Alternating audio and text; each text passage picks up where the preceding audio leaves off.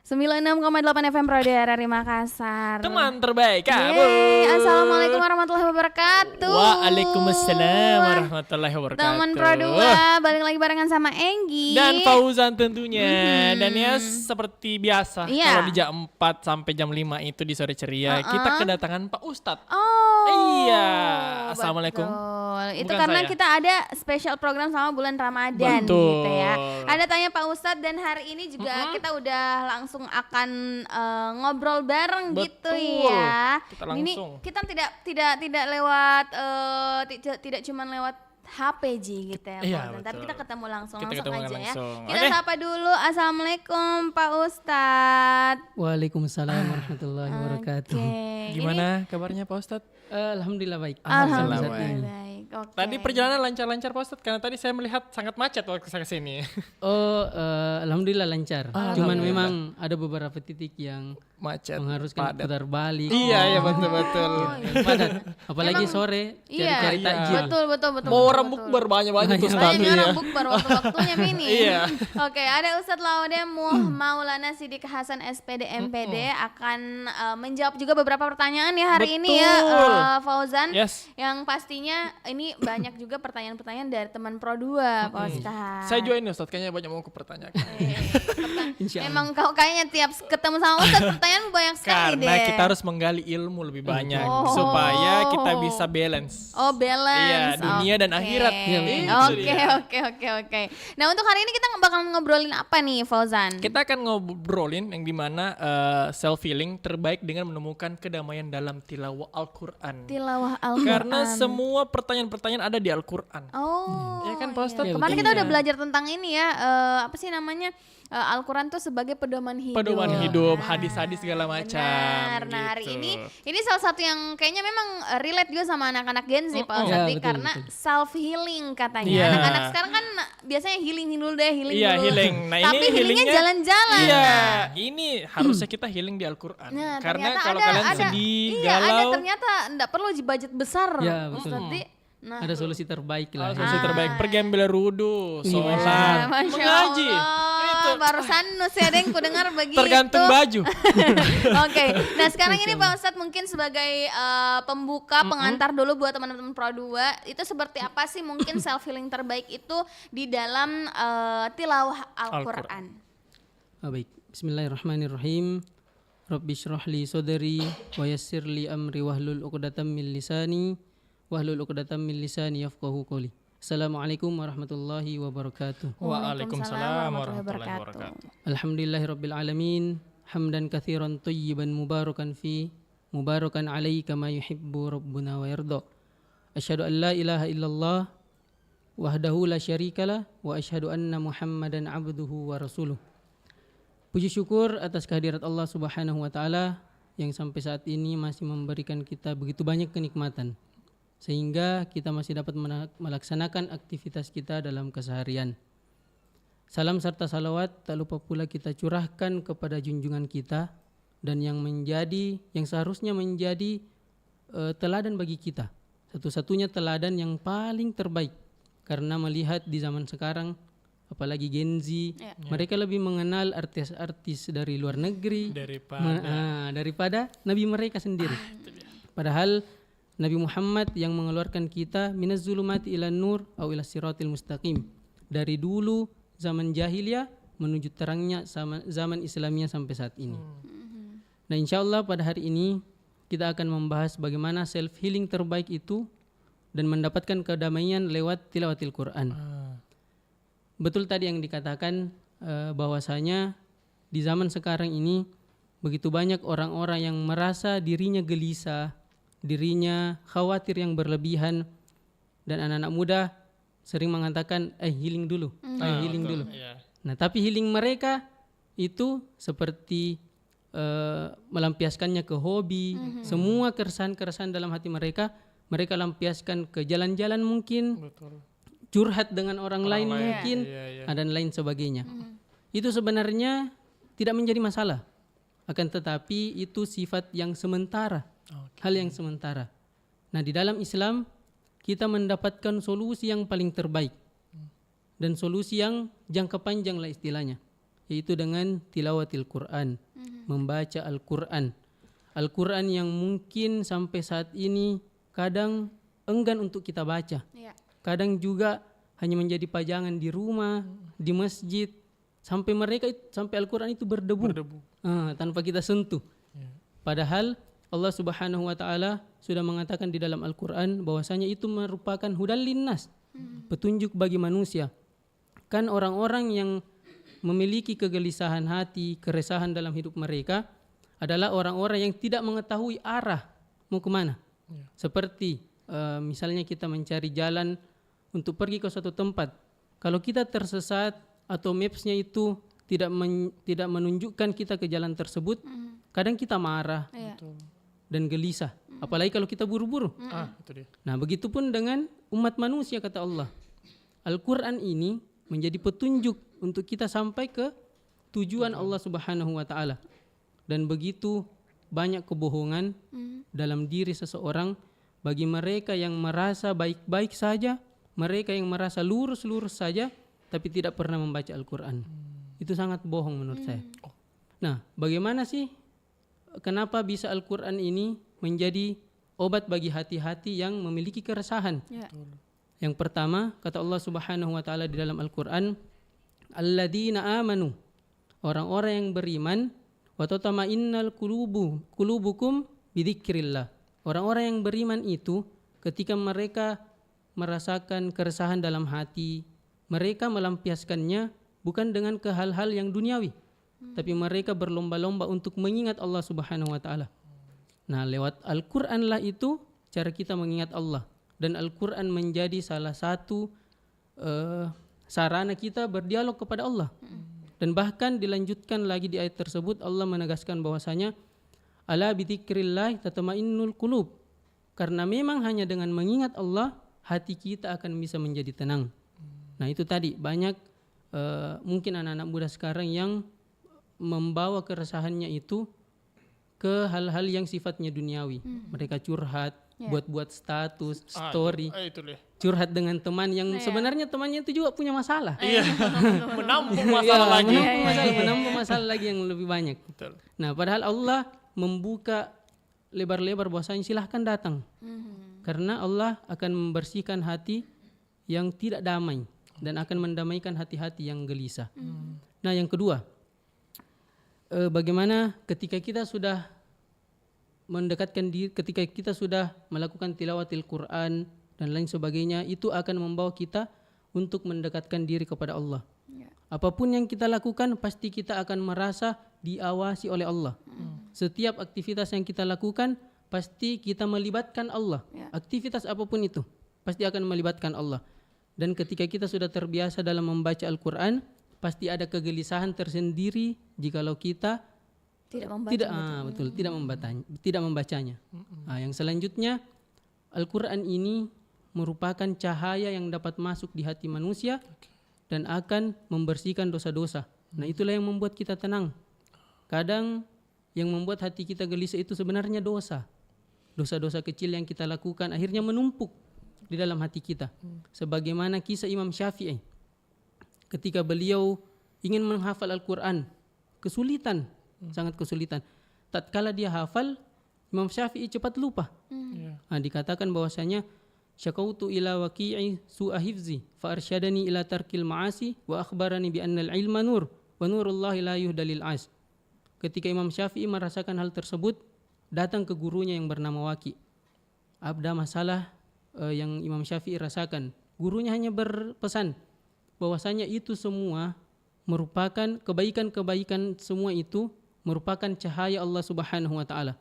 Dan cahaya Allah tidak akan masuk kepada hati-hati yang penuh maksiat di dalamnya, yang penuh dosa-dosa. Nah, dengan membaca Al-Quran inilah dia yang akan membersihkan hati-hati kita. Dan jadi semua janji-janji Allah, semua ketenangan-ketenangan yang sumbernya dari Allah Subhanahu wa taala mudah masuk karena hilangnya kotoran-kotoran tersebut. Nah, jadi di zaman ini, apatah lagi ini merupakan bulan Ramadan, bulannya Al-Quran. Ada baiknya kita menggunakan Al-Quran ini sebagai sarana kita berdialog kepada Allah Subhanahu wa taala. Karena Al-Quran ini bukan cuman hanya tilawah saja, bukan cuman hanya baca saja, tetapi mendapatkan pahala-pahala yang lebih dari Allah Subhanahu wa taala, sebagaimana hadis Nabi sallallahu alaihi wasallam bahwasanya siapa yang membaca satu huruf dalam Al-Quran maka akan mendapatkan satu kebaikan, dan satu kebaikan itu akan dikali lipat 10. Jadi akan mendapat 10 kebaikan. Alif lam mim itu bukan satu huruf, akan tetapi alif satu huruf, lam satu huruf, dan mim satu huruf. Jadi ada 30 kebaikan. Betul.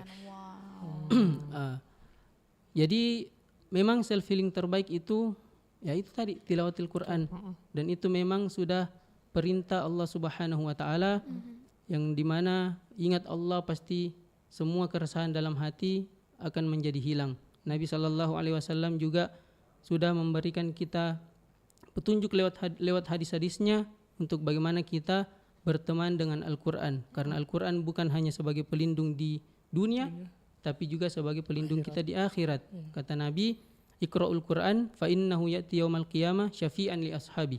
Baca Al-Quran karena dia bukan hanya teman di dunia, tapi akan menjadi penolong kita, syafaat kita ketika di akhirat. Mungkin hanya itu. Oke, berarti memang tadi yang mau digarisbawahi adalah kalau kita gelisah itu berarti karena dosa-dosa kita gitu, Pak Ustadz. Dan kalau kita suka lupa juga kalau kita sudah menghafalkan ayat-ayat Al-Quran itu berarti dosa kita banyak, Pak Ustadz. Bisa jadi ya. Tidak tenangnya di jiwa segala macam. Betul. Oke, makanya anak-anak mungkin bukan cuman Gen Z ya, tapi semua berarti Pak Ustadz kan. Memang harus bersahabat dengan yang namanya Al-Quran, bacaan-bacaannya gitu. Iya, dan kalau kalian mungkin kalau gelisah segala macam ya pulangnya di Al-Quran ya, Pak Ustadz ya. Pak Ustadz, saya mau bertanya nih Pak Ustadz. Kan ada itu sekarang yang dimana Al-Quran digital. Ya, betul. Di HP segala macam Pak Ustadz. Nah itu apakah sama yang kita dapatkan pahalanya membaca Al-Quran di HP sama Al-Quran biasa Pak Ustadz? Karena biasanya tuh katanya orang ini Pak Ustadz kayak tidak full katanya kita dapatkan pahala kalau di HP, karena di HP itu kan banyak hal-hal yang mungkin kayak sosial media segala macam, campurannya segala macam. Jadi kayak tidak terlalu suci untuk di HP. Sedangkan kalau di Al-Quran kan yang kayak betul ya cuman Al-Quran saja Pak Ustadz itu. Jadi terkait masalah tersebut, kalau untuk masalah pahala itu insya Allah sama. Tapi ada kelebihan-kelebihan. Seperti tadi contohnya ketenangan-ketenangan yang kita dapatkan langsung dari Allah itu akan berbeda kalau kita membacanya langsung dari mushafnya daripada dari HP yang seperti digital itu. Karena mungkin kalau HP notifikasinya masuk segala macam Pak Ustadz ya. Banyak juga terdistract. Notif WA lah dan lain sebagainya. Iya betul. Jadinya kalau kayak kita tidak baru kita mau baca mungkin tiba-tiba masuk WA disuruh masuk kantor segala macam, itu terputus. Langsung diklik. Iya. Terpotong lagi bacaan. Iya. Oke. Nah, Pak Ustadz, tapi bagaimana kalau misalnya tahu ini ada anak-anak Gen Z atau mungkin seseorang lah gitu Pak Ustadz. Dia memang sering membaca Al-Quran, tapi dia tuh ya udahlah kayak membaca saja Pak Ustadz. Tidak benar-benar kita rasakan ketenangan gitu Pak Ustadz. Itu seperti apa? Iya betul. Sebenarnya kalau kita ingin membaca Al-Quran, seharusnya terlebih dahulu kita hadirkan niat. Hadirkan niat untuk mendekatkan diri kepada Allah. Karena dengan hadirnya niat tersebut akan memudahkan kita untuk mencapai kedamaian tersebut. Nah kadang ada juga yang bilang, bagaimana kalau kita baca saja tapi kita tidak tahu artinya. Iya itu. Kan ada sering gitu. Terjadi. Nah sebenarnya itu boleh. Dan tidak mengapa. Al-Quran itu memiliki 4 hak. Yang pertama kita baca, tilawah, walaupun kita tidak tahu artinya. Yang kedua kita mentadabburi. Nah ini yang baru kita membaca dengan membaca artinya, mentadabburi lewat artinya. Kita mengetahui apa sih maksud Allah menurunkan ayat ini dengan membaca artinya. Yang ketiga menghafalnya. Dan yang keempat mengamalkannya. Dan itu sebenarnya boleh. Tidak akan menjadi masalah orang-orang yang membaca walaupun dia tidak tahu artinya. Tapi lebih baiknya kalau dia membaca terus dia berusaha untuk mencari tahu lewat guru-guru dan lain sebagainya. Itu akan jauh lebih bagus. Betul. Nah Pak Ustadz, tapi kalau semisal kita mengaji nih Pak Ustadz, asal-asalan, kan ada biasa tuh kayak semisal beda yang imam cara menyebutannya gitu. Kita juga beda. Biasanya katanya beda-beda pengertiannya juga Pak Ustadz kan. Nah itu bagaimana itu Pak Ustadz? Kayak misal Al-Fatihah kita baca tapi biasa kita beda, orang-orang imam biasa juga beda. caranya ini Pelafalan. pelafalannya. Pelafalan Iya. tajwidnya itu ya. Iya. Oh iya. Sebenarnya memang tajwid juga menjadi hal yang sangat penting kalau kita membaca Al-Qur'an. Beda arti biasanya Pak Ustadz. Iya, katanya beda arti, beda huruf dibaca, beda arti. Nah, contohnya itu kayak misalnya kalbun. Iya. Kalbun itu kalau dalam bahasa Arab itu mohon maaf anjing. Oke. Nah, kolbun yang pakai qaf itu hati. Nah, iya, itu kayak sangat begitu. berbeda kan? Iya. Nah, itu.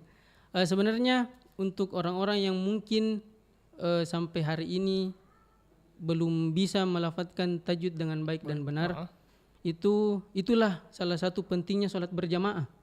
Karena kalau kita tidak tahu bacaan-bacaan tersebut dengan baik dan benar, ada imam yang mewakili. Iya. Nah, itu salah satunya. Dan kalau kita ingin membaca Al-Quran, entah itu kita terbata-bata, tapi sesuai hadis Nabi SAW di dalam kitab Riyadhus Shalihin, di hadis Aisyah radhiyallahu anha berkata bahwasanya orang-orang yang membaca Al-Quran dan dia pandai dalam membacanya, maka dia akan bersama malaikat yang bersih dari maksiat. Adapun orang-orang yang terbata-bata dalam membaca Al-Quran, entah itu karena mereka mungkin baru belajar dan lain sebagainya, maka mereka akan mendapatkan 2 pahala. Pahala yang pertama karena dia membaca Al-Quran, pahala yang kedua karena mereka memaksakan diri bersungguh-sungguh. Tapi kalau kita sudah tahu, oh ternyata saya kurang di sini, belajar. Kuncinya belajar. Jangan tinggal diam menerima nasib, oh saya begini di bacaanku berarti begini terus. Tidak. Kita sembari membaca, sembari juga belajar untuk hal itu. Dan jangan juga malu Pak Ustadz ya kalau mau belajar, betul, apalagi mungkin kalau baru ikro segala macam. Oh iya. Iya. Karena umur kan bukan masalah umur, belajar itu tidak Terus-terus melihat jadi dari- iya, betul. Iya, betul. Oke. Apalagi nih bekal yang di bawah. Itu Bekal dia. akhir. Iya, bekal Ya, akhir. betul. Nah, Pak Ustadz, kalau misalnya biasanya tuh anak-anak Gen Z itu tuh ada juga dibilang FOMO kayak Pak Ustadz, takut kayak ketinggalan gitu. Nah, mungkin di dalam satu circle-nya ada yang mau pergi ikut kajian Al-Quran gitu, ataupun kajian-kajian lainnya Pak Ustadz, sebagai self healingnya temannya. Tapi bagaimana kalau misalnya ada yang ikut tapi karena FOMO ji Pak Ustadz? Karena mau ikut-ikut saja. Ikut saja Iya. dulu. Gitu Pak Ustadz. Bagaimana itu tahu? Baik. Untuk yang masalah seperti itu, artinya dia terpaksa ikut ya? Ya, maksudnya kayak bilang, ya mau aku pergi Kak, ikut mah juga padeng deh gitu. Oh iya. Lebih bagus lagi kalau kita sebagai teman yang mengajak mereka. Iya. Bisa jadi mereka mendapat hidayah Allah lewat situ. Dan kita juga mendapatkan pahalanya. Iya. Dan orang-orang yang seperti itu kan kita tidak tahu bagaimana Allah menurunkan hidayah kepada seseorang. Ya biar mereka mungkin dulu ikut-ikut, FOMO dan lain sebagainya. Ya siapa tahu nanti Allah Subhanahu wa taala memberikan hidayah di dalam situ. Sebagaimana kita lihat sahabat Umar. Iya. Umar radhiyallahu an yang dulunya itu sangat ingin membunuh Nabi Muhammad. Iya betul. Nah, kan? Tapi karena beliau jalan-jalan berniat membunuh, jalan-jalan ke rumah Nabi, akhirnya Allah memberikan hidayah lewat situ. Nah, jadi ya lebih bagus lagi kalau ada teman-teman mungkin yang mengikuti kita walaupun itu karena terpaksa, karena FOMO dan lain sebagainya, itu tidak mengapa. Kita tidak tahu hidayah yang Allah turunkan kepada seseorang. Bisa jadi awalnya dia FOMO, lama-kelamaan karena Allah yang jaga bisa menjadi lebih baik daripada kita. Oh iya betul. Ini juga salah satu keresahannya Gen Z Pak Ustadz. Ada lagi istilahnya, banyak sekali istilahnya ini Gen Z memang. Ada self healing, Iya, FOMO. Nah FOMO ini segala juga macam. salah satunya adalah overthinking Pak Ustadz. banyak pikiran, Pak Ustadz. Banyak itu. pikiran Banyak ini. sekali Iya. pikir, semua masalah ada di yang ada di dunia tuh di dia Mana gitu pikir. Pak Ustadz. Nah itu tapi bagaimana Pak Ustadz? Mungkin tilawah Al-Quran itu bisa membantu orang yang memang lagi kayak misalnya cemas, overthinking, atau memang kayak lagi lagi narasa lagi banyak sekali masalahnya Pak Ustadz. Oh iya. Baik, yang seperti yang tadi kita katakan bahwasanya Al-Quran itu Allah turunkan wa nunazzilu minal Quran ma huwa syifa. Bahwasanya Al-Quran, kami turunkan Al-Quran, di dalamnya itu ada obat. Obat spiritual, Ya. obat hati, obat keresahan lah itu, overthinking. Jadi memang ketika kita membaca Al-Quran, walaupun awalnya itu kita paksakan, tapi di awalnya memang kita perlu niatkan untuk mendekatkan diri kepada Allah. Ya. Karena kita sudah tahu janji Allah bahwasanya orang yang membaca Al-Quran, mengingat Allah lewat Al-Quran, akan ditenangkan hatinya, Allah akan memberikan obat yang mungkin dia tidak akan dapatkan di dokter, di psikolog dan lain sebagainya. Nah, itu yang perlu kita tanamkan dulu ke hati kita sebelum kita membaca Al-Quran. Nah, selepas itu cobalah kita untuk memang paksa saja membaca Al-Quran. Karena Allah berfirman di dalam Al-Quran, walladzina jahadu fina lanahdiyannahum subulana. Orang-orang yang memaksakan diri mereka, pasti ujung-ujungnya mungkin mereka pertama terpaksa, tapi Allah berjanji ujung-ujungnya pasti Allah akan bimbing ke jalan yang lebih baik. Entah itu mungkin dia overthinking dan lain sebagainya, bisa jadi Allah hilangkan overthinking tersebut dengan memudahkan mencarikan solusi dan lain sebagainya. Dan mungkin ini juga memang salah satu penyakit Gen Z yang overthinking ya. Kadang lebih banyak pikirannya daripada orang-orang Iya, betul. Dan itu karena mungkin mereka memikirkan apa yang tidak perlu difikirkan. Iya. Seperti mungkin apa-apa yang Allah sudah janjikan, apalagi Gen Z masalah jodoh dan lain sebagainya. Iya, betul, yang Allah memang sudah takar bahwasanya ubah diri kita menjadi lebih baik, pasti Allah akan datangkan yang baik. Nah, tapi karena kita melampaui takdir Allah, itulah yang membuat kadang kita overthinking sebenarnya. Betul. Juga Jangan aku sembarang pikir kau, Postan. Ya, Ada gitu jodoh dia Postan nih. Kayak jodoh. Iya, apa kayak? Iya, betul. Kalau Gen Z kan biasanya jodoh dulu tuh, Postan kalau umur-umur begini. Apalagi kan laki-laki, Pak Ustadz. Ya, kita berpikir masa depan. Iya, pasti kan dipikirkan bagaimana juga. Kok jadi curhat nih kita? Iya. Tapi Pak Ustadz, kalau semisal kita terpaksa, itu diterima aja Pak Ustadz. Maksudnya kayak terpaksa untuk mengaji, terpaksa untuk beribadah segala macam. Oh iya, insya Allah itu diterima. Nah, logikanya begini, kita mau memaksakan diri kita masuk surga atau kita paksakan diri kita untuk masuk neraka. Nah, itu saja. Iya, analoginya gitu ya. Iya juga sih. Paksakan saja, dan itu insya Allah tidak mengapa. Allah akan melihat bagaimana perjuangan kita untuk memaksakan diri kita, karena memang dalam beribadah itu sangat sulit. Apalagi kalau kita mau istiqomah. Naik turun. Iman memang Allah katakan bahwasanya iman itu naik turun. Dan itu tidak akan bisa kita dapatkan iman yang terbaik kalau kita tidak memaksakan. Paksakan diri kita, mungkin singkirkan dulu HP untuk scrolling. Biasakan pegang Al-Quran. Coba kalau misalnya kita biasakan keseharian kita HP ini diganti dengan Al-Quran. Kalau kita lagi mungkin duduk, kan biasanya kita scrolling. Coba duduk baca Al-Quran. Lagi kosong misalnya baca Al-Quran. Nah, insya Allah kalau kita kan Allah bisa karena terbiasa. Iya, karena memang itu naik turun dan juga apa di pasat kalau kita perhatikan itu anak muda aja yang selalu begitu. Iya, kayak musiman ibadahnya, baca Al-Qurannya. Kalau kita lihat di masjid kan kebanyakan biasa orang tua. Iya, jadi kayak itu tuh sebagai anak muda kayak kadang lagi semangat-semangatnya ke ibadah, kadang turun lagi, kadang lagi semangat-semangatnya ke mengaji, kadang turun lagi gitu. Karena mungkin sibuk Gen Z Pasti. Betul tadi banyak yang dipikirkan. Iya, gitu juga. Sedangkan orang tua yang mungkin hanya satu yang dipikirkan, bagaimana kembali kepada Allah. Kalau Gen Z mungkin mereka berpikir masih lama di umur. Sejujurnya begitu pasti Ustaz biasanya. Kita tidak tahu kan umur itu bukan melihat antara tua maupun muda, sakit ataupun tidak. Iya, betul. Oke. Itu dia. Wah. Ini daging cukup, sekali kayaknya ini. Ya. Tapi memang kalau ngobrol Al-Quran itu salah satu hal yang panjang Santi, karena memang itulah pedoman kita sampai akhirat itu adalah Al-Quran. Dan itu juga bekal kita nantinya untuk akhirat. Kalau kita semisal ditanya segala macam, ya itu bisa jadi bahan pertimbangan kita untuk masuk surga Pak Ustadz ya. Iya betul, bahkan kan itu tadi hadis Nabi, kalau kita nanti di alam kubur, itu Al-Quran akan datang. Dia menyerupai sebagai makhluk. Al-Quran itu akan berubah menjadi makhluk dan dia yang akan menjawab dan membantu kita menjawab pertanyaan-pertanyaan tersebut. Begitupun dengan dosa. Dosa itu pun akan menjadi makhluk yang buruk. Dan itu nanti yang akan berbicara tentang bagaimana dosa-dosa yang kita lakukan, baik itu terang-terangan maupun tersembunyi. Dosa juga jadi makhluk Pak. Iya betul. Wah, kurang ajar itu dosa. Makanya jangan buat dia semakin banyak. Jangan dirawat. Oke. Saya manusiawi Pak Ustadz, kadang dirawat juga kan. Bagaimana kayak. Oke.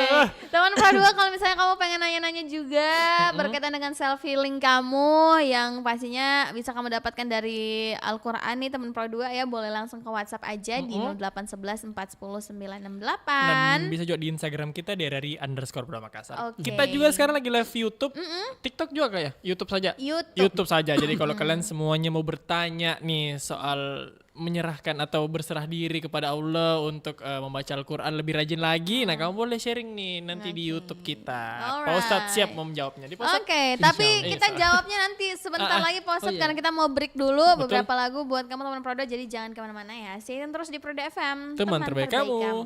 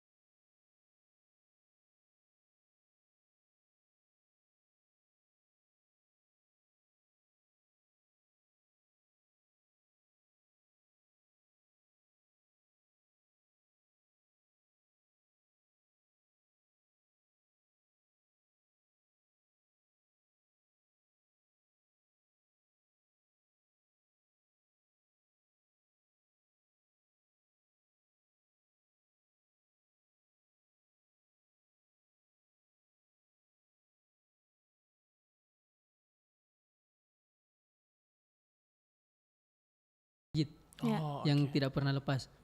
Yang pertama itu al-ikhlas. Ada pernah sahabat Nabi yang dia itu membaca al-ikhlas di rakaat pertama dan rakaat kedua. Dia 2 kali membaca al-ikhlas. Pada saat ada sahabat yang melapor, ya Rasulullah kenapa begini? Setelah Rasulullah cross check, ditanyalah sahabat tersebut. Sahabat tersebut bilang, saya sangat suka surah ini karena di arti dari surah itu sangat mengesahkan Allah. Nah, Nabi SAW langsung mengatakan bahwasanya Allah telah mendengar jawabanmu dan Allah juga sangat menyukaimu. Nah, itu yang pertama, al-ikhlas. Karena memang kalau kita lihat luar biasa itu al-ikhlas, karena salah satu surah yang nama surahnya tidak ada di dalam bacaan. Al-ikhlas kan tidak ada di dalam surah al-ikhlas itu sendiri. Mulai dari qul huwallahu ahad, Allahus samad, lam yalid wa lam yulad wa lam yakul lahu kufuwan ahad. Tidak ada kata-kata al-ikhlas dalam iya, betul. Dan itu merupakan ayat pertama sampai ayat terakhir memang mengesahkan Allah sebagai Allahu ahad, Allah satu-satunya Tuhan. Ya, yang kedua ayat kursi. Nah, ini juga kisah dari Ubay bin Ka'ab, sahabat Nabi. Pada saat itu ketika Ubay bin Ka'ab membaca Ubay bin Ka'ab kan salah satu sahabat Nabi yang paling bagus bacaan Al-Qur'annya. Dan paling bagus dan paling disukai sama Nabi. Ketika Nabi tanya, "Wahai Ubay bin Ka'ab, mana ayat yang paling kamu suka dari 30 juz ini?" Ubay bin Ka'ab tidak mau menjawab. Dia mengatakan bahwasanya Allah dan Rasulnya yang lebih tahu mana ayat yang terbaik. Nabi sebenarnya sudah tahu apa jawabannya. Tapi Nabi bertanya terus, apa ayat yang kamu suka wahai Ubay bin Ka'ab? 3 kali ditanya seperti itu, akhirnya Ubay bin Ka'ab melafadzkan kepada Nabi, Allahu la ilaha illa huwal hayyul qayyum. Karena di dalam ayat kursi tersebut rata-rata memang pujian-pujian kepada Allah Subhanahu wa taala. Nah itu. Jadi mungkin kalau ditanya kepada saya ayat yang paling saya suka, ya ayat-ayat yang itu tadi, al-ikhlas, dan beberapa ayat lainnya yang mungkin punya histori yang sangat luar biasa. Nah, salah satunya juga itu di Quran surah Maryam. Maryam menjadi salah satu favorit saya karena ceritanya bahwasanya pada saat itu Nabi Zakaria itu berumur 90 tahunan lebih. Dan dia berdoa kepada Allah itu dari umur setelah beliau menikah sampai 90 tahun itu tidak dikabulkan sama Allah. Nabi Zakaria itu hanya meminta satu orang anak supaya bisa menjadi penerusnya nanti kalau dia sudah wafat. Terus pada saat itu bukan cuma doanya yang tidak dikabulkan. Istri Nabi Zakaria itu mohon maaf divonis mandul. Kan kalau medis sudah mustahil memiliki seorang anak, apalagi sudah divonis mandul, umur istrinya pun sudah menopause, sudah tidak dapat memiliki seorang. Tapi karena keteguhan Nabi Zakaria selama 90 tahun itu berdoa, Allah membalasnya dengan yang lebih daripada itu. Allah berfirman bahwasanya, ya Zakaria inna nubasyiruka bighulamin ismuhu Yahya lam naj'al lahu min qablu samia. Bukan cuma anak yang diberikan, Allah memiliki sendiri jenis kelaminnya laki-laki. Allah memberikan sendiri nama ismuhu Yahya, dan Allah berfirman lam naj'al lahu min qablu samia. Kami belum pernah memberikan nama paling terbaik sebelumnya. Baru ini anak Nabi Zakaria. Dan bukan hanya itu, Allah menjelaskan di ayat-ayat berikutnya tentang bagaimana Yahya nantinya itu akan berbakti kepada orang tua, dan yang kita ketahui kan Yahya juga akan menjadi nabi. Nah itu salah satu histori yang paling saya suka juga. Maaf Pak Ustaz, Ismuhu Yahya namanya. Ismuhu itu namanya Yahya. Yahya. Yahya. Ya, betul. Oke. Wah, Jadi banyak juga ya Pak Ustadz ya. Sebenarnya banyak sekali hal-hal yang menarik di dalam Al-Quran kalau kita baca tentang bagaimana historinya itu dan lain sebagainya. Saya suka emang Pak Ustadz baca Inarhilhas, apalagi kalau sholat. Karena apa dulu nih? Ya ini supaya lebih dekat juga. Kan Allah cuma satu. Iya, jadi kita terus spam untuk Al-Hilal. Berubah kayaknya ini alasanmu di karena baru-baru Kan dengar lagi. iya kan selalu bilang kenapa kok so ikhlas? Karena Tuhan lah satu. Saya tuh memang suka gitu. Puasa kalau. Makanya saya jujur. Iya, oke. Dan jangan setiap hari itu juga. Iya, Daripada itu dia. tidak. Oke, Pak Ustadz ini ada yang bertanya Pak Ustadz. Bagaimana katanya nih Pak Ustadz kalau misalnya kita itu sudah jauh dari Al-Quran tapi mau kembali, kira-kira apa itu langkah-langkah yang paling realistis yang bisa dilakukan Pak Ustadz? Itu.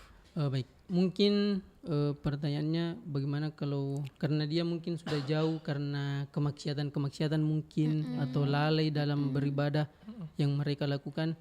Kembali tadi yang mungkin saya sebutkan, satu intinya dalam beribadah, paksakan. Karena kalau tanpa kita paksakan, itu demi Allah orang-orang yang tidak mau memaksakan dirinya dalam beribadah, itu sampai wafat tidak akan beribadah. Orang-orang yang tidak mau memaksakan diri mereka membaca Al-Quran, sampai wafat tidak akan membaca Al-Quran. Jadi yang pertama, niatkan kepada Allah dan paksakan. Semalas-malas apapun kita, se-overthinking apapun kita, paksakan untuk membaca Al-Quran tersebut.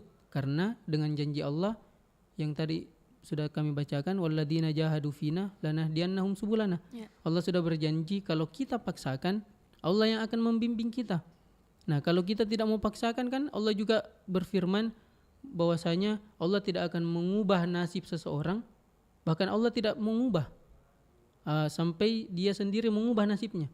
Nah, kalau ada sudah niat dalam hati, kita sudah mulai paksakan membaca walaupun itu kadang masih naik turun lalai dan lain sebagainya, tapi karena kita sering paksakan, insya Allah pasti Allah akan bantu. Karena kebiasaan juga Pak Ustadz. Nah, karena sudah kebiasaan juga. Karena tadi kita bilang itu sampai betul-betul dia meninggal itu. Iya, memang betul. Iya, tidak akan pernah berubah. Orang-orang yang tidak mau paksakan. Tidak dapat hidayah Pak Ustadz. Orang-orang yang mendapat hidayah bagi orang-orang yang mau. Iya. Ya kadang mau, lama-lama hilang lagi Pak Ustadz gimana? Ya mending begitu karena karena kan memang kita tidak bisa pungkiri. Dan memang sudah diajarkan sama Nabi, Allah juga sudah mengatakan bahwasanya iman itu naik dan turun. Allah tidak pernah mengatakan iman itu akan naik terus kalau kita beribadah, tidak. Pasti akan ada turunnya. Bahkan sekelas sahabat Nabi saja itu akan bisa tergoyah imannya. Karena hal-hal duniawi walaupun memang tergoyah, tapi mereka tidak akan bisa hilang dari, tidak akan bisa menurun, tidak akan belum sempat turun imannya. Sahabat-sahabat Nabi itu sudah bisa menaikkan lagi. Nah, di zaman sekarang kan rata-rata kita rasakan yang seperti itu. Kalau turun kadang, terus malas juga dan lain sebagainya. Nah, itu yang perlu kita paksakan sebenarnya. Apalagi Ramadan ini Pak Ustadz, kencang semua orang, tapi nanti takutnya toh, apalagi toh akhir-akhir Ramadan Pak Ustadz toh yang darinya awal rame tuh masjid, tarawih Pak Ustadz. Nanti tuh sedikit-sedikit lagi tuh kan ada bikin kue, ketupat, cat rumah. Aduh itu lagi atau pergi shopping. Untuk lebaran. Sebenarnya hal-hal yang menurut kami kurang tepat. Karena kan Allah ini menciptakan Ramadan untuk bagaimana kita bukan cuma berpuasa, tapi mendekatkan diri kepada Allah. Apalagi di 10 malam terakhir. Besok Pak Ustadz ya? Iya, besok insya Allah. Mungkin kalau dari Muhammadiyah sudah hari ini malam ini. Tapi kan itu sunnatullah, perbedaan yang harus kita hargai. Betul. Juga. Nah, itu kadang kalau kita lihat di zaman sekarang, orang-orang terbalik. Nabi dulu akan membangunkan semua keluarga-keluarganya untuk melaksanakan ibadah, dan Nabi akan iktikaf di masjid. Nah, Nabi akan berdiam diri di masjid untuk terus mengejar, apalagi ada satu malam khairum min alfi syahr, malam Lailatul Qadar kan. Nah, sekarang orang-orang kalau kami lihat terbalik, masjid pasti memiliki kemajuan. Betul, tarawih. Safnya yang saya maju. Saya setuju tuh. Orang-orang intim itu. Orang-orang intim itu. Dan rata-rata orang-orang intim itu orang-orang tua. Itu lagi. Nah, itu yang terbaliknya. Mereka pergi shopping, membuat makanan-makanan. Seakan-akan mereka merayakan kepergian Ramadan. Seakan-akan merayakan, akan tiba Idul Fitri. Memang dikatakan bahwasanya ketika Idul Fitri, semua orang-orang akan kembali seperti lahir, seperti bayi. Nah, itu bagi orang-orang yang bersungguh-sungguh di Ramadan. 30 hari itu Pak Ustadz. Orang-orang yang melalaikan kan tidak adil kalau Allah tidak meratakan. Tidak meratakan. Nah, orang-orang yang terbalik, mereka bergembira. Pertanyaan, kenapa mereka bergembira? Apakah mereka merasa bahwasanya 30 hari mereka sudah diterima? Apakah mereka merasa 30 hari mereka, oh saya sudah lebih baik dari yang sebelumnya? Kalau memang betul begitu ya wajar saja mereka merayakan. Tapi itu pun merayakannya di Idul Fitri, bukan di bukan di apa 10 terakhir bulan suci Ramadan gitu. Karena kan kita diperintahkan untuk betul-betul mengejar yang namanya Lailatul Qadar. Iya juga sih. Karena orang-orang yang mendapatkan Ramadan apalagi Lailatul Qadar itu pahalanya akan bisa mengalahkan orang-orang yang jihad di jalan Allah. Berperang Pak Ustadz ya? Iya, betul. Sebagaimana itu kan ada kisahnya Talha bin Ubaidillah yang dia bermimpi ada 2 orang di zaman Nabi yang meninggal. Satunya meninggal pada saat medan perang, syahid. Kalau kita tahu ini syahid, orang-orang yang wafat pada saat syahid tidak akan ditanya lagi. Dia akan otomatis masuk ke surganya Allah. Dan akan dibangkitkan dengan menggunakan baju-baju perangnya. Oh iya? Iya betul. Nah, dengan darah-darahnya. Nah, itu sebagai bukti perjuangannya di jalan Allah. Nah, sedangkan yang kedua ini dia tidak mati syahid. Tapi dia mati setelah melaksanakan bulan suci Ramadan. Talha bin Ubaidillah bermimpi. Ternyata orang yang tidak mati syahid ini lebih dulu masuk surga. Bahkan kata Nabi jaraknya itu antara langit dan bumi. Jarak jauhnya itu pahalanya dengan orang yang mati syahid. Nah, Nabi Muhammad mengatakan, kenapa kalian heran? Bukankah orang ini sudah melewati bulan suci Ramadan? Orang ini tidak. Di situ bisa kita ambil kesimpulan bahwasanya bagaimana pahala yang Allah berikan, ampunan yang Allah berikan di bulan suci Ramadan itu sangat besar. Dan di dalam Al-Quran dan hadis tidak disebutkan pahalanya berapa. Nah, itu yang paling luar biasa. Kalau Allah tidak sebutkan pahalanya berarti itu sangat besar. Begitupun dengan dosa, kalau Allah tidak sebutkan ini hukumannya, berarti hukumannya akan sangat besar. Ya, mungkin seperti itu. Oke, Pak Ustadz. Nah, ini mungkin terakhir nih Pak Ustadz, ada yang nanya juga. Kira-kira Pak Ustadz, adakah amalan yang bisa dikombinasikan sama tilawah biar hati kita itu semakin tenang? Misalnya zikir atau mungkin yang lainnya Pak Ustadz. Baik. Mungkin kalau kami pribadi, bagaimana kita bisa mengkombinasikannya dengan hablum minan nas. Kan kita hidup di dunia melakukan 2 hal. Hablum minallah, memperbaiki hablum minallah, dan hablum minan nas. Bagaimana hubungan kita kepada Allah dan kepada manusia. Jangan sampai kita hubungan terus dengan Allah tapi lupa dengan manusia-manusia yang mungkin membutuhkan kita. Itu mungkin karena kalau kita membaca Al-Quran, kita mentadabburi Al-Quran, itu sama seperti kita berzikir sebenarnya. Karena dalam Al-Quran disebutkan bahwasanya ala bidzikrillahi tatmainnul qulub. Orang-orang karena hanya dengan berzikir, zikir kan artinya mengingat Allah. Hati menjadi tenang. Salah satunya dengan membaca Al-Quran. Jadi Al-Quran itu sebagai zikir juga sebenarnya. Dan orang-orang yang membaca Al-Quran pasti juga akan diberikan kenikmatan dalam beribadah. Akan lebih mudah menjalankan ibadah solat. Apalagi mereka solat, pasti mereka bisa menghayati. Karena dia sudah tahu, sudah terbiasa mendengar bacaan-bacaan Al-Quran. Bagi orang-orang yang tidak mendengarkan bacaan Al-Quran, tidak berusaha mempelajarinya, kata Allah, mereka itu orang-orang yang zolim, yang akan menganggap Al-Quran itu sebagai beban. Makanya biasa itu, karena ketidaktenangan yang didapatkan dalam Al-Quran, tidak ada ketenangan di dalamnya. Kadang dalam solat itu kita biasa lupa rakaatnya. Kita tidak tahu apa yang kita baca.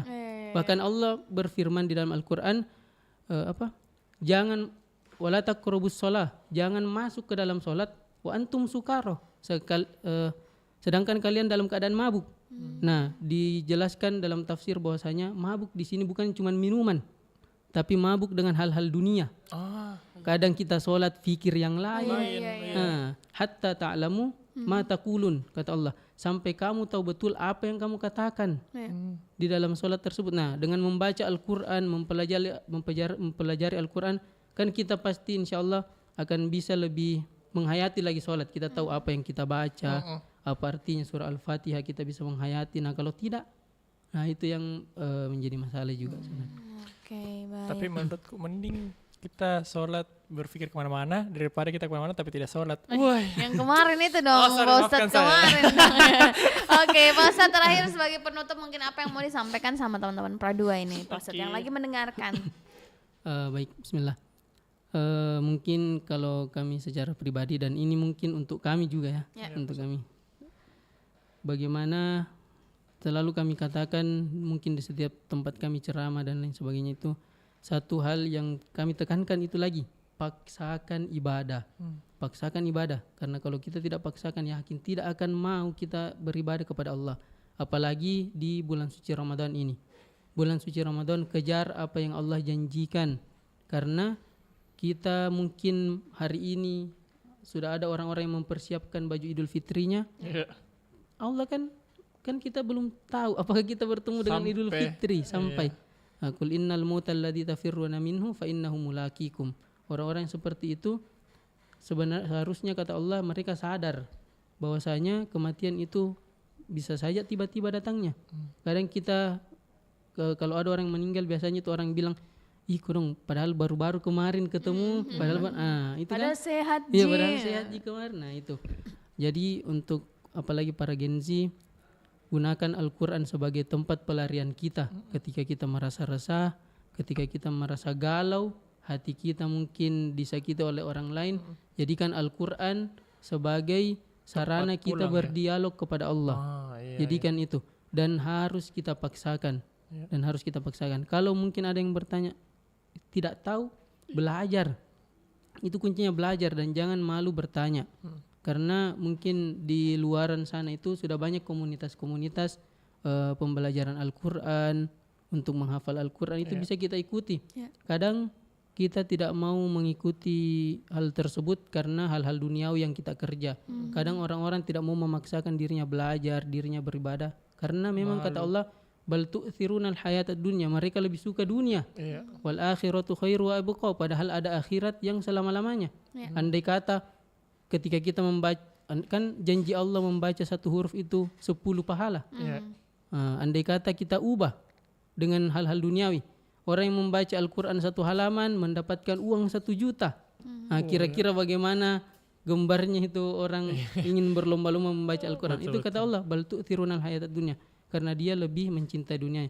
Jadi mungkin itu tadi, selalu paksakan apa-apa saja yang kita ingin lakukan. Mungkin ada di hati kita terbesit, nanti malas scrolling dulu HP. Paksakan lawan itu, karena kalau kita tidak paksakan tidak akan bisa, dan setan pasti akan tertawa melihat kita karena berhasil menggoda kita. Baik, itu dia teman Pro2. Jadi paksakan lah ya, lebih bagus paksakan beribadah daripada sama sekali tidak, Pak Ustadz ya. Oke deh kalau gitu. Pak Ustadz terima kasih banyak waktunya Pak Ustadz. Semoga lancar-lancar terus Pak Ustadz, sehat-sehat juga. Nanti Soto bisa mampir ke sini Pak Ustadz. Karena Soto berdaging lah untuk hari ini. Pak Ustadz ya.